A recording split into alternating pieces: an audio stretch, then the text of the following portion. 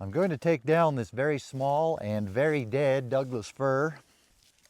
It's leaning that way, but I want it to go that way. Normally, if you have a tree that has a reasonable lean in the opposite direction, it's simple. You just wedge it over. But with a tree this small, there's not going to be enough room in the back cut for the chainsaw bar and your wedge. The tree is likely to tip back and pinch your bar before you ever get a chance to put your wedge in. What's a tree cutting bloke or blokeette supposed to do in a situation like this? I'll show you. It's easy.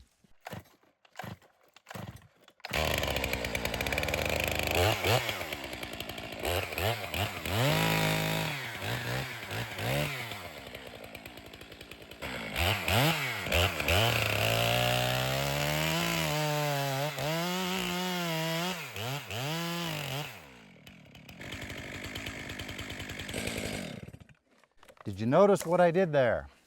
I did it backwards. I made the back cut first, then I sighted in my back cut for a direction like I would with the normal style. Now I can put my wedge in here. Now, continuing with the theme of doing things completely backwards, I can do my undercut. Or as some people call it, okay, most people call it a face cut, especially those who don't do the Humboldt style right side up cuts. But either style will work, either Humboldt or conventional. But when we make that next cut, just have to make sure we don't cut all the way back into this one. We want to leave a hinge. But that's what we have to do anyway, even when we're doing it normal style.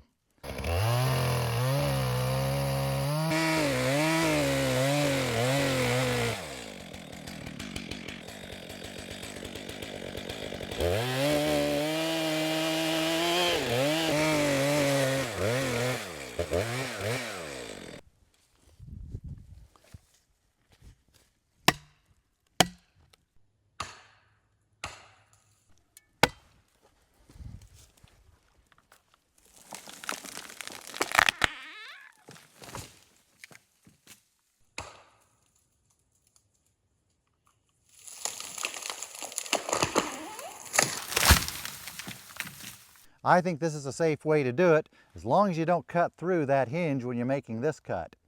But that's the case no matter how you're cutting a tree down. You don't want to cut through that hinge.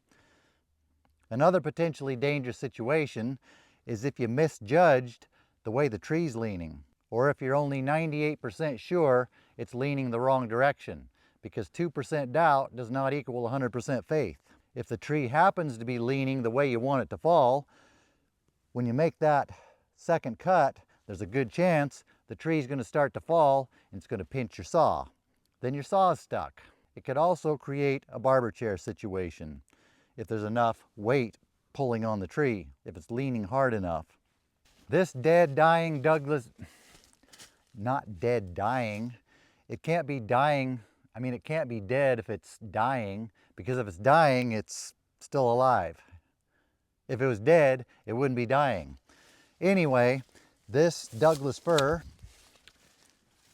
I'm pretty sure it's leaning in the right direction. It's a tall one, but it's also a small one, small enough that it's difficult to get a wedge in. I'm pretty sure it's leaning that way, but I want it to go that way. Pretty sure is not the same as sure.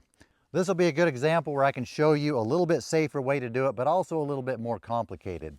Actually, I am sure it is leaning that way. I'm just pretending that I'm not sure that it's leaning that way for the video. So pretend, actually it doesn't matter for the video because the technique's the same. Just like the other one, we're going to start with the back cut first, but we're going to do it different. I'll just show you. That's the easier way to do it.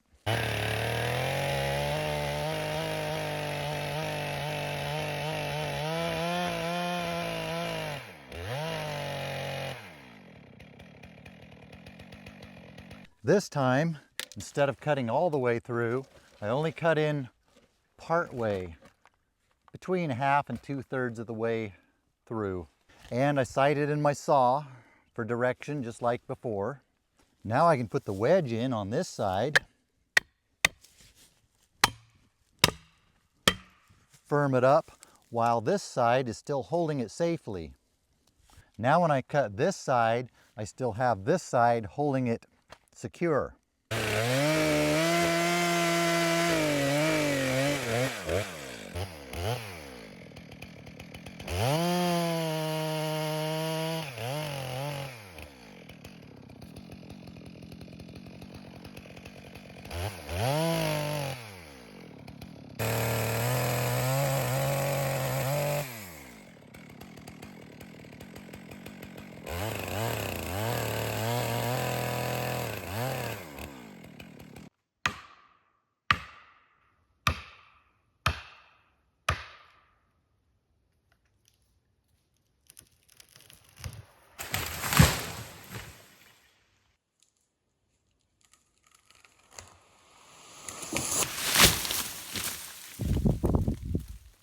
I was going to show you what I did on this stump, but that is an ugly stump.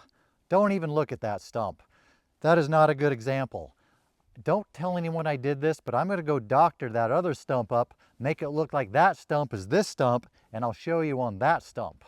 Nobody will know the difference. Start out by making this cut, put the wedge in, then make the undercut or face cut. While I make this cut, this uncut part is still holding the tree steady. After I make this cut, then cut this off. Then I can drive my wedge in and push the tree over. Sometimes in small trees, the wedge is going to hit the hinge before it goes over. If that's the case, you can do a bore cut in here. Make sure you leave plenty of hinge on each side. That way you have a hole for the wedge to go in deeper. I rarely use this technique. I usually use the first one I showed you, the simple one. Just make the back cut, then the undercut, off it goes. After wedging, of course. Just a short video today. I need to go take care of a few things before supposedly the fall rains are finally supposed to get here this evening into the next few days. If that happens, get away, bug. If that happens, they should end fire season.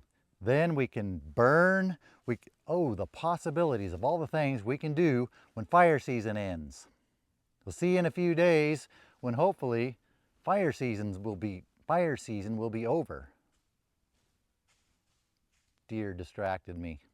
I could have shown you that deer running through the woods, but I don't have the camera here because the camera's over there.